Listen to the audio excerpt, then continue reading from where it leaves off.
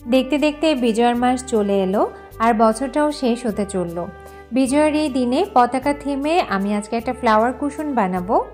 আমাদের বাঙালিদের আবেগ এই সবুজ এবং লাল বৃত্তাকার রং, তাই পাপড়ির জন্য আমি এই সবুজ রংটাকেই বেছে নিলাম।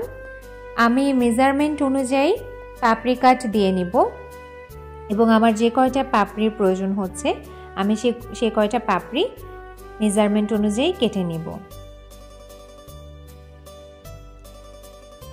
পাপড়ি কেটে আমি পাশে সেলাই করে দিয়েছি আর এদিকে লাল বৃত্তটাও সেলাই করে দিয়েছি।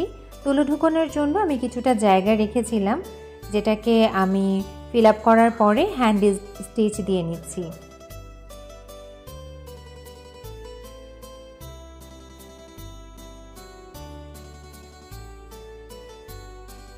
তারপর সবগুলোকে আমি সেলাই করে দিলাম আর this is the final look. কেমন হলো সবাই জানাবেন। আল্লাহ হাফেজ।